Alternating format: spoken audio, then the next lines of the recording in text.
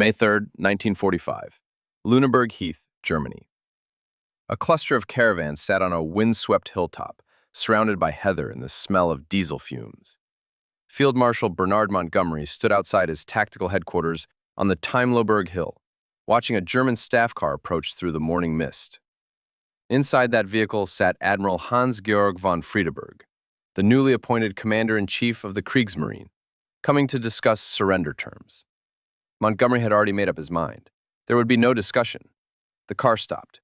Von Friedeburg emerged, tall, carrying himself with the careful posture of a man who had spent his life in uniform. He wore the immaculate dress of the Kriegsmarine, despite commanding a navy that no longer existed in any meaningful sense.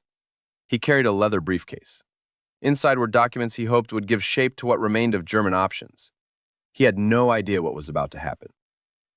The admiral was the son of a Prussian officer, Karl von Friedeburg, who had served the Kaiser through one war and watched a second begin.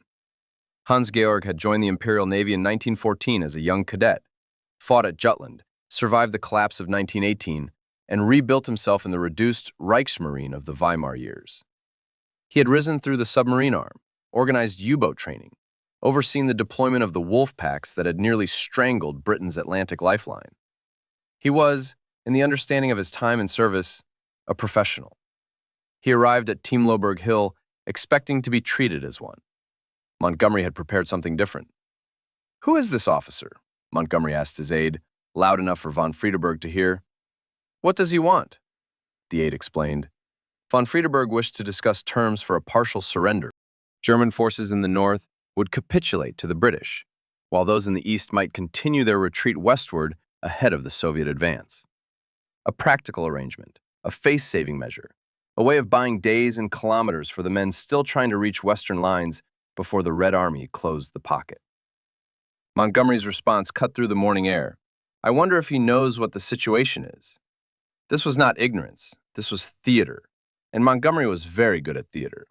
He invited von Friedeburg into his caravan. The space was deliberately modest, maps on the walls, a small table, camp chairs, nothing that suggested comfort or equals meeting across a table. Montgomery had staged this environment with the same precision he applied to his set-piece battles, where terrain and timing were never accidents. Von Friedeburg began outlining the German proposal. 4 armies in the east were retreating westward ahead of the Soviet advance. They wished to surrender to British forces rather than face Soviet captivity. Would Field Marshal Montgomery accept their surrender piecemeal, unit by unit, as they crossed the lines? Montgomery listened. Then he opened a map. "Here's the situation," he said, pointing to the markings that showed Soviet positions and their rate of advance. "Here are your armies. Here's where they will be in 48 hours if they continue west." Von Friedeburg studied the map. The reality was starker than he had understood from inside the collapsing command structure of the Flensburg government. German forces were being squeezed into an ever-narrowing corridor with no coherent exit and no realistic prospect of resistance. "You will surrender unconditionally," Montgomery continued. "All forces, all areas, no conditions, no negotiations." Von Friedeburg attempted to explain the position. Grand Admiral Dönitz, now head of state under the terms of Hitler's final testament, had specific instructions for the delegation.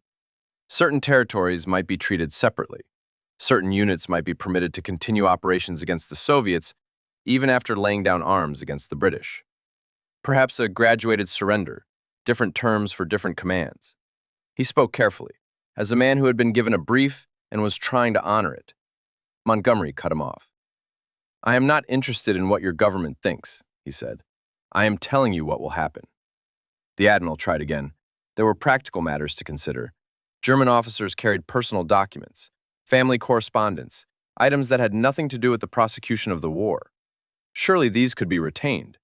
Surely the field marshal understood the distinction between military equipment and personal possessions. This was the moment Montgomery had been expecting. "Let me explain something to you," Montgomery said, his voice flat and cold. "You do not seem to understand what unconditional surrender means." He walked to the map again. With one finger, he traced the territories still under nominal German control. Denmark, Norway, Holland, the German coast, the islands in the North Sea. "In all this area," he said, "you have been waging a brutal war. For 5 years, your forces have murdered civilians, destroyed cities, starved entire populations. Dutch children are dying of hunger because your garrison refuses to release food supplies. Danish resistance fighters are being shot in the streets. Norwegian families have been deported to camps. Bergen-Belsen is fewer than 40 kilometers from where you are standing. Von Friedeburg stood motionless. His face revealed nothing. Or rather, it revealed the particular blankness that trained officers develop when they are being told something they cannot answer. And now, Montgomery continued, you come to me asking about personal documents, about family correspondence, about arrangements that might preserve your dignity. The room was silent. Outside, a generator hummed. Somewhere in the heather, a curlew called once and went quiet. There will be no arrangements, Montgomery said. You will surrender everything. Your ships, your aircraft, your weapons, your equipment, your vehicles, your documents, your codes, your personal sidearms. Everything. He paused. Including your field glasses. This detail was not random. German officers of von Friedeburg's generation prized their binoculars, Zeiss optics, often custom ground, often personal possessions rather than military issue, sometimes carried through 20 or 30 years of service. Von Friedeburg's own pair had belonged to his father, who had used them on the Western Front in another war. Montgomery knew the general significance of the gesture, even if he did not know the particular history of these lenses. He had specified field glasses precisely because it would land. You will surrender your personal property because you have forfeited any right to consideration, Montgomery continued. Your forces have committed crimes across Europe.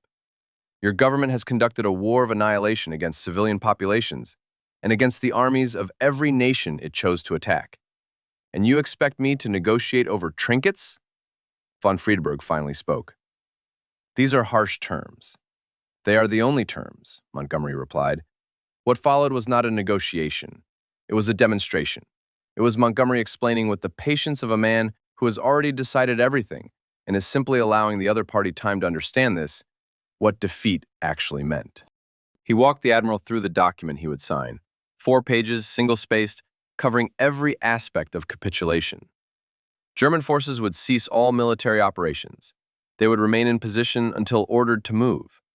They would hand over all weapons, all vehicles, all equipment, all documents. Commanding officers would be personally responsible for compliance. Any violation would be treated as a hostile act and met with resumed operations. The language was deliberately unambiguous. Montgomery had written portions of it himself, rejecting softer drafts proposed by his staff. He wanted no gray areas. He wanted the Germans to understand exactly what defeat meant, not in the abstract, but in the specific, enacted material sense. Defeat meant this document. Defeat meant these chairs. Defeat meant standing here while he explained it. Von Friedeburg read the document. His hands moved very slightly. Fatigue, perhaps, or the cold, or something happening behind his eyes that had not found its way to his face. I must consult with my government, he said. You have 24 hours, Montgomery replied. If you have not returned with signed authorization by this time tomorrow, I will resume operations against your forces in the north. There will be no further discussion. The Admiral left. Montgomery watched the staff car move down the hill through the heather and disappear into the mist below. Then he turned to his aide. He will be back, he said. They have no choice. He was right, but the intervening 24 hours revealed something about Montgomery's psychology and about his understanding of what this moment meant in the long history of how wars end. That evening, Montgomery wrote in his diary, the entry survives in the Imperial War Museum archives. It is a great day, he wrote. The German army has been defeated in the field, but that is not enough. The German nation must understand what they have done. They must feel defeat in every aspect of their lives. Only then will this war truly end. This was not vindictiveness for its own sake, though it was certainly vindictive. Montgomery had seen what happened after the last war, the myth of the undefeated army, the claim that Germany had not truly lost in the field, but had been betrayed from within, the grievances carefully tended over 20 years that had fueled Hitler's rise and given him his audience. He was determined that this surrender would leave no room for similar myths to take root. Total defeat, visible humiliation, no ambiguity whatsoever. The methods were brutal. They were also deliberate. Montgomery was not a man who did things accidentally, even the cruel things. Von Friedeburg returned the following afternoon, May 4th, with authorization to sign. He brought with him General Eberhard Kinzel, Chief of Staff to Field Marshal Ernst Busch, commanding Army Group Northwest, and Rear Admiral Gerhard Wagner from Donitz's staff. Two more officers completed the delegation: Colonel Fritz Pulleck as representative of the Wehrmacht High Command, and Major Hans-Joachim Friedel, staff officer to Kinzel. They were a striking group. Kinzel, in particular, was the kind of figure that made war correspondents reach for their notebooks. Tall, impeccable, wearing a light green greatcoat with red lapels and a monocle that seemed to catch what little light the gray afternoon offered. Rear Admiral Wagner was quieter, more contained, a man visibly assembling himself for what was coming. Von Friedeburg himself had aged in the 24 hours since the previous meeting. He had been weeping, the interpreter said later, had wept at lunch, alone, after Montgomery had first shown him the map. The signing ceremony was held in a carpeted tent erected for the purpose on the Lüneburg Hill. Montgomery had thought carefully about the venue. He had been offered grander settings, the old villa in Hecklingen that served as his headquarters, or any number of commandeered buildings in Lüneburg below. He had chosen the tent because a tent said something. A tent said, "This is a military procedure, efficiently conducted, and you are not guests." The table was covered with an army blanket. Two BBC microphones sat in front of Montgomery's place. Newsreel cameras had been set up. Montgomery had arranged for the ceremony to be filmed and broadcast because he understood that the psychological work of this surrender was not limited to the men in the tent. It extended to every German civilian who would see the footage, every officer who would read the account, every general who had managed to tell himself that the war was going reasonably well until very recently. Montgomery sat at the head of the table. He read the terms aloud, formally and full. Then he called on each delegate in turn to sign. Von Friedeburg signed first. He sat down, picked up the pen, and put his name to the document without visible ceremony. Then Kinzel, then Wagner, then Pulleck, then Friedel. One by one they signed, and each signature reduced what Germany was by a further increment, and the room was very quiet throughout. When it was done, Montgomery did not shake hands. He did not offer condolences or speak of shared military brotherhood or the respect that professionals are supposed to extend to each other across the divide of war. He simply said, "That concludes the surrender. You will now be shown to your quarters." The Germans were led away. Montgomery turned to his staff. "I think that was a good show," he said. But behind the theatrical satisfaction lay something more complicated. Montgomery had chosen every element of this ceremony to make Germany's defeat impossible to misread. The modest tent instead of a grand building, the army blanket on the table, the BBC microphones ensuring that every word would travel, the absence of any gesture that might suggest equality between parties. Critics later called it vindictive. Supporters called it necessary. Several of Montgomery's own officers called it both, and were not sure the distinction mattered. What is clear is that Montgomery understood something his critics sometimes missed. Surrender was not just a military act, it was a psychological one. The problem after 1918 had not been that Germany lost. Germany had clearly lost by any military measure. The problem was that the German public had never been made to feel that loss in their bodies, in their cities, in the faces of their officers returning home. The army had marched back from France in good order and been told it was undefeated. A myth had been made of that marching. Montgomery intended no myth. He intended the opposite of myth. He intended something so unambiguous, so total, so deliberately stripped of any dignifying ceremony that the memory of it could not be reworked into anything other than what it was. The field glasses mattered because they were personal. The refusal to exempt private property mattered because it closed the mental escape route of the officer who might tell himself, "Yes, we surrendered as soldiers, but we remained gentlemen." Montgomery's answer was, "No, you don't get to remain gentlemen. Gentlemen don't run Bergen-Belsen." Was this justice? Or was it revenge dressed as policy? The question matters because Montgomery's approach shaped how the Western Allies treated Germany in the immediate post-war period. The systematic dismantling of German military infrastructure. The prosecution of officers for following orders that they had been told were lawful.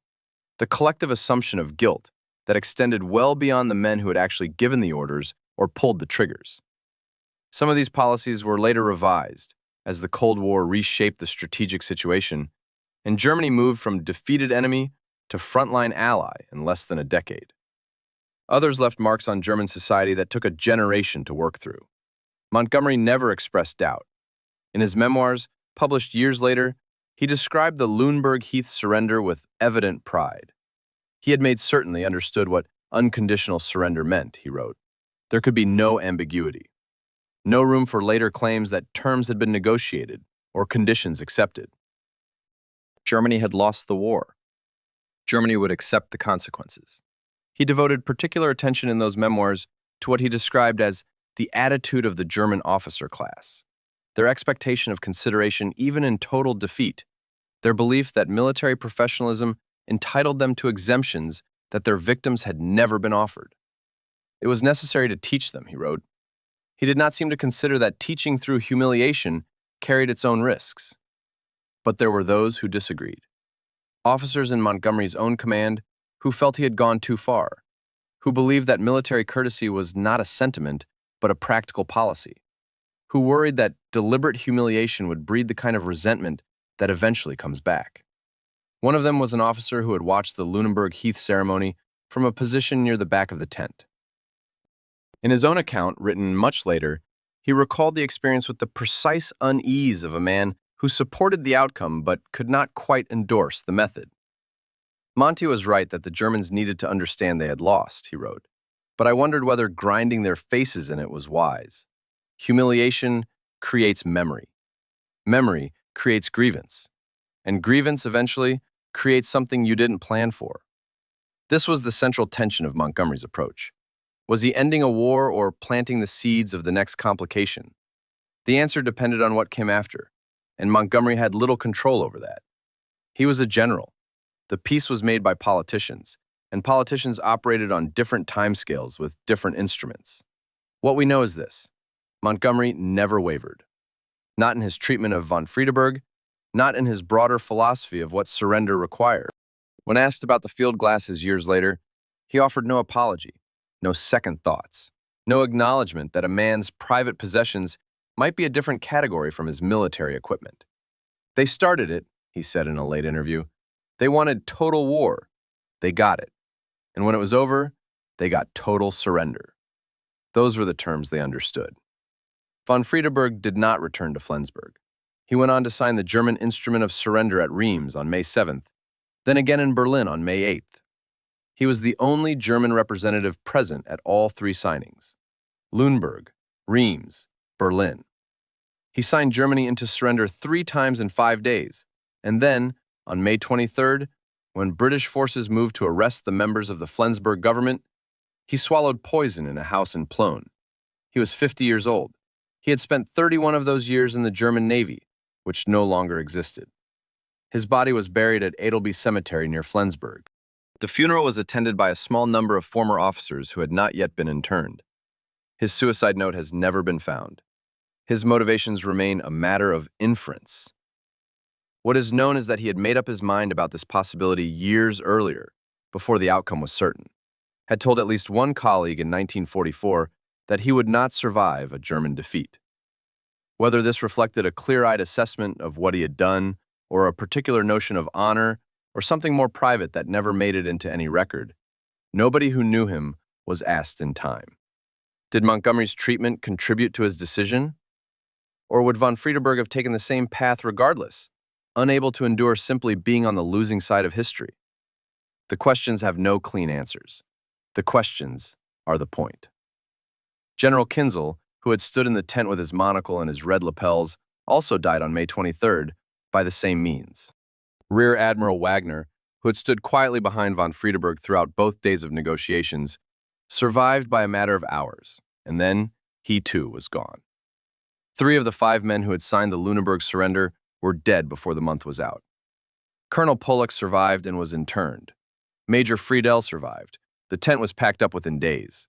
The table went back to whatever supply depot it had come from. The army blanket was folded and requisitioned for other purposes. The documents were filed, archived, eventually declassified, and placed in the care of institutions that would preserve them for researchers who would come decades later asking questions that nobody had thought to ask at the time. Montgomery's personal effects traveled with him through the rest of his career. Chief of the Imperial General Staff, Deputy Supreme Commander of NATO, Viscount Montgomery of Alamein. He never spoke of von Friedeburg with anything but cold satisfaction.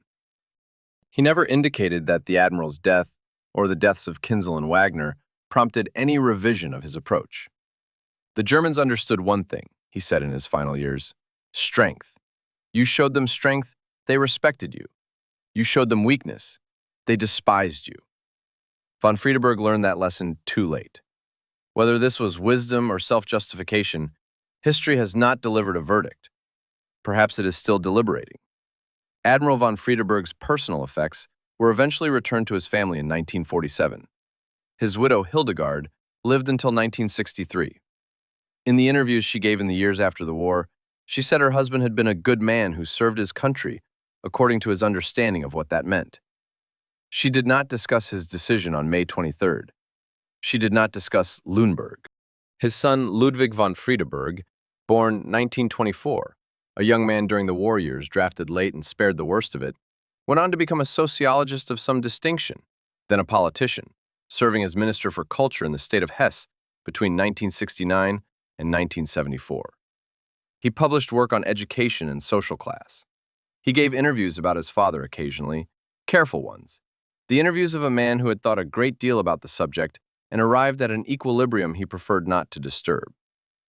The Zeiss factory in Jena that had made the lenses that Montgomery refused to exempt was dismantled by Soviet forces in 1945, its equipment and many of its engineers shipped east as war reparations.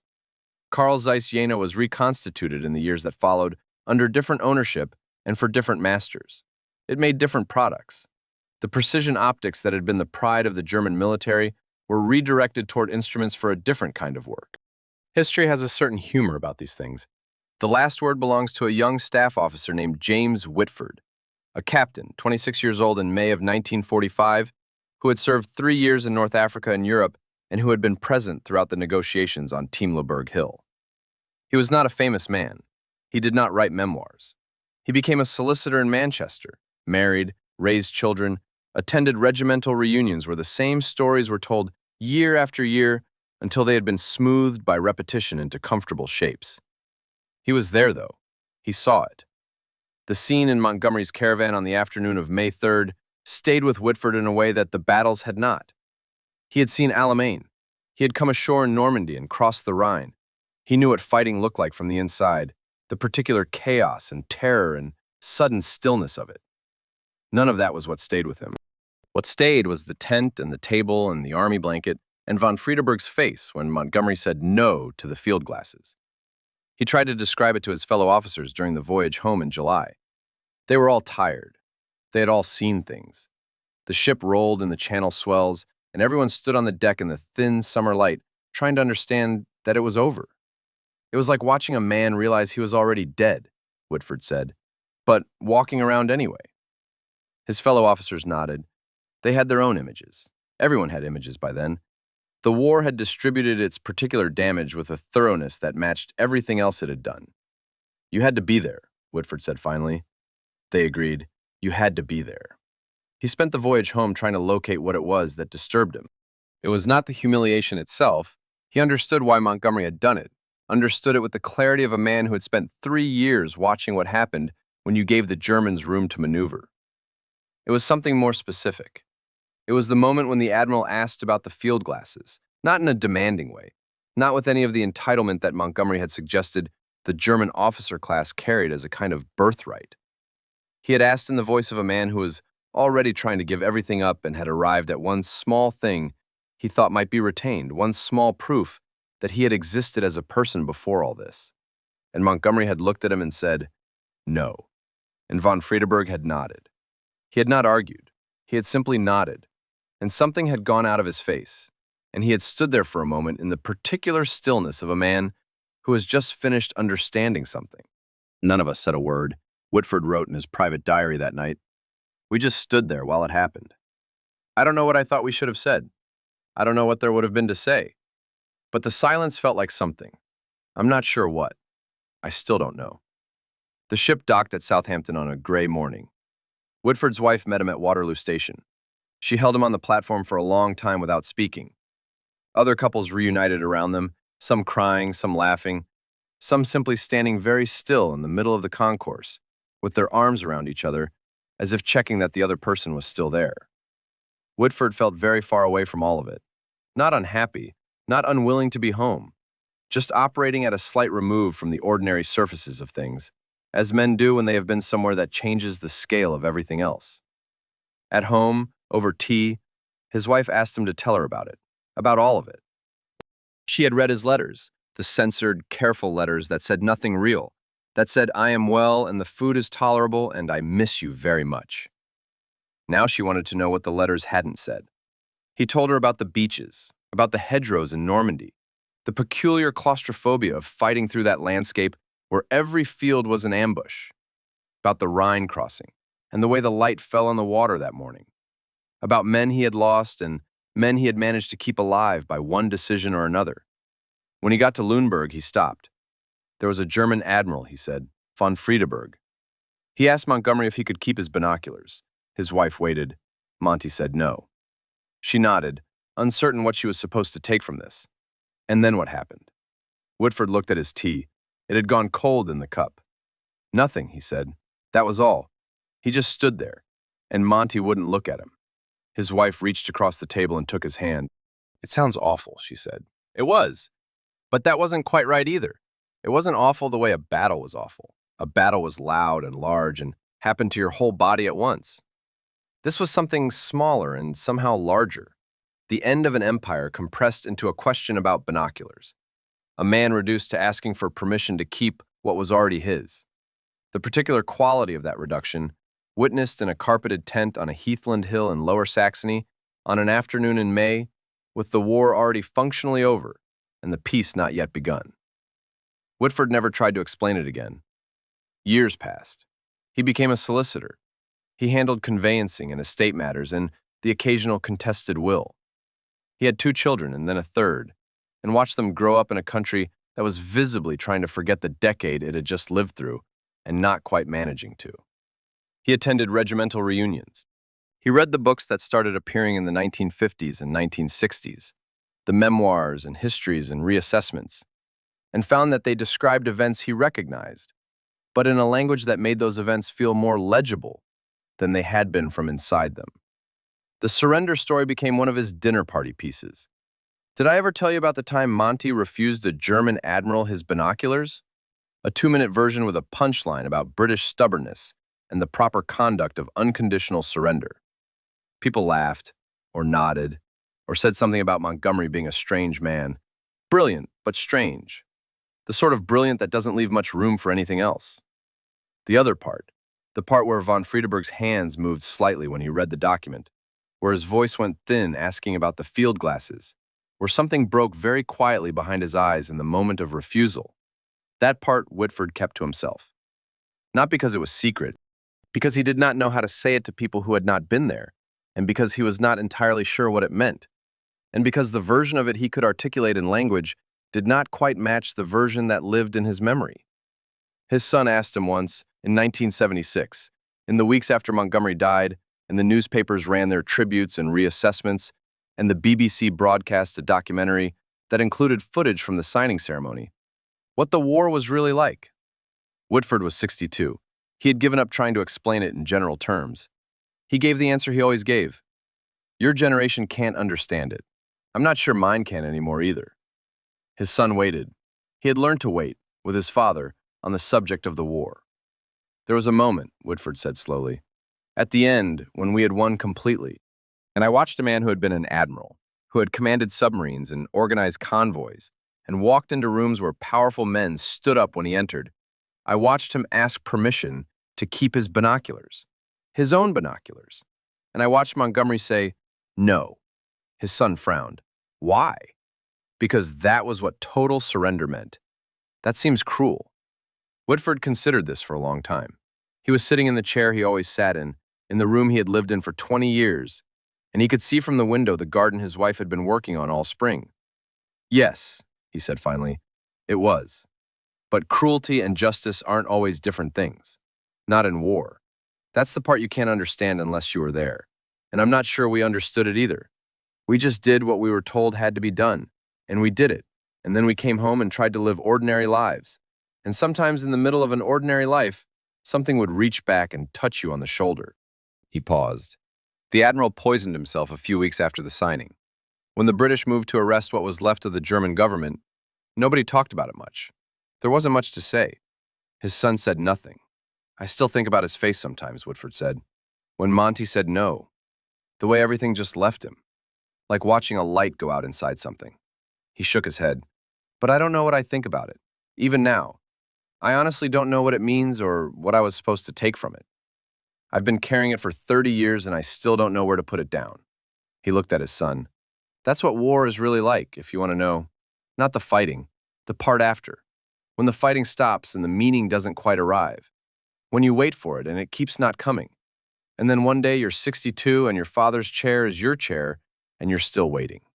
His son said, I'm sorry, Dad. Whitford nodded. He picked up his tea. He looked out the window at the garden.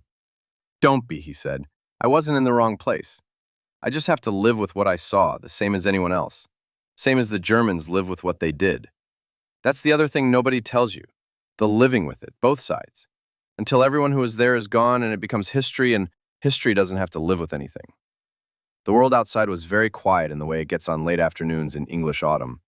That particular quality of stillness that feels like the day taking a breath. They sat there for a while in it. Montgomery's memoirs were published in 1958. He described the Lüneburg Heath surrender in the chapter dealing with the final weeks of the campaign in Northwest Europe.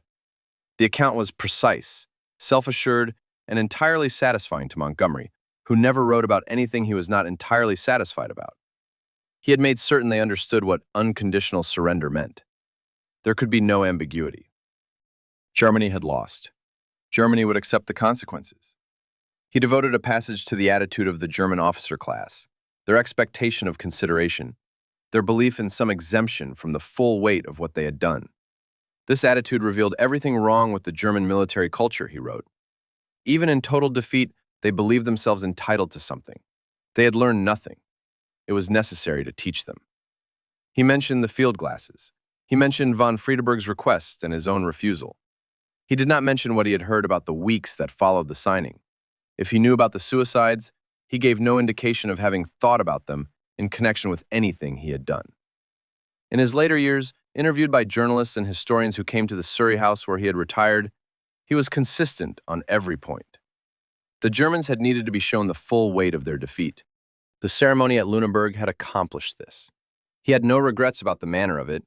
He had some regrets about the peace that followed, the speed with which strategic necessity had converted Germany from enemy to ally, the Cold War logic that had made the full reckoning impossible.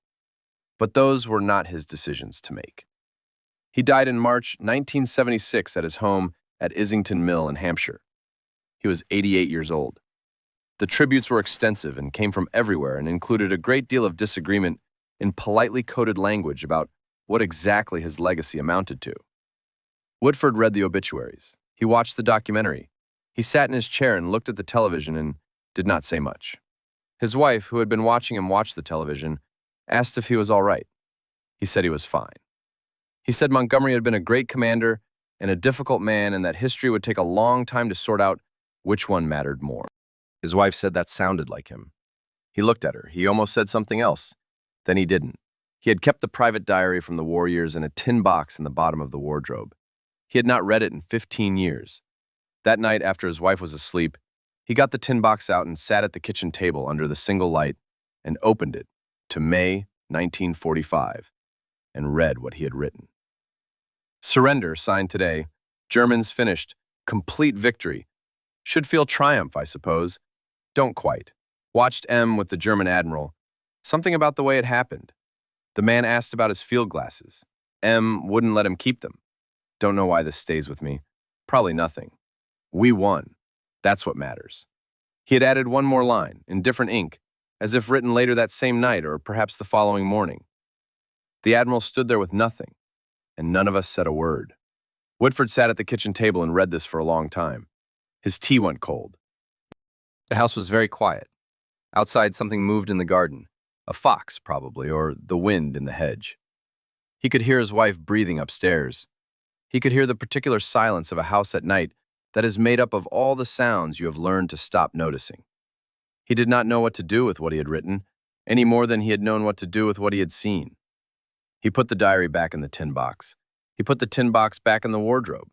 He got into bed and lay in the dark for a while, thinking about a carpeted tent on a heathland hill, and a man in an admiral's uniform asking for permission and receiving instead a very complete and final no. By the early 1980s, the war had begun to feel, to those who had been in it, like something happening in another country, to people who looked like them but moved differently, who operated under pressures that the post-war world had no equivalent for, and therefore no language to describe. The books kept appearing. The television documentaries, the anniversary commemorations with their brass bands and their aging men in berets who walked slower each year and stood in the cold longer each year, waiting for it to be over. Whitford attended some of these. He stood in the cold. He watched the men he had known become smaller versions of themselves, more certain about everything, the way people get when time has compressed the complexity out of their memories and left behind only the shape of things. He did not feel more certain. He felt, if anything, less. The question of what it had all meant, the war, the defeat of Germany, the way it had been defeated, the specific manner of the surrender on Lüneburg Hill, seemed to him to recede as the years passed rather than clarify, as if the meaning were a light source moving away from him in the dark. He could still see it. He was less and less sure what it illuminated.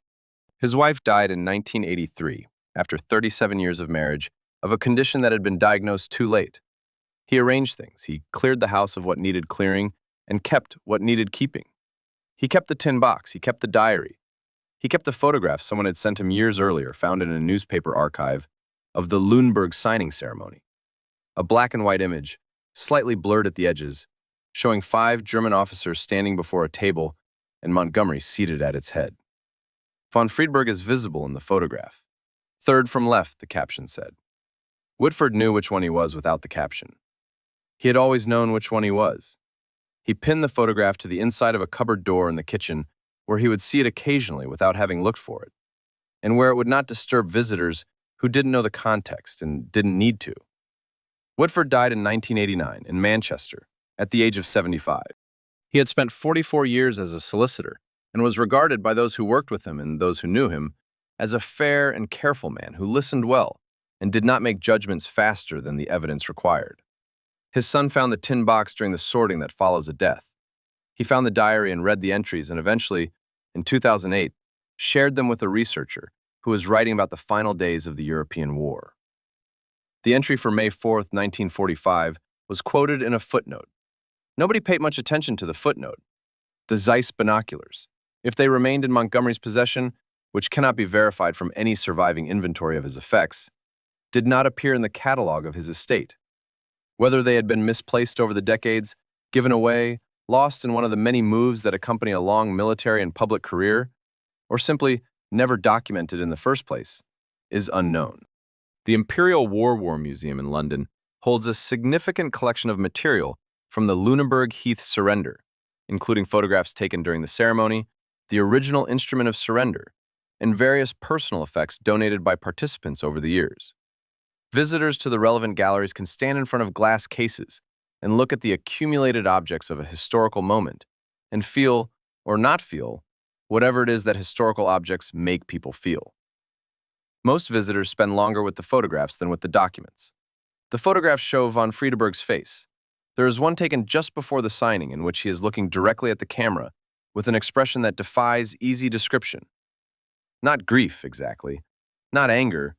Something that has gone past both of those into a quieter country, where the only available emotion is a kind of complete and final acknowledgement.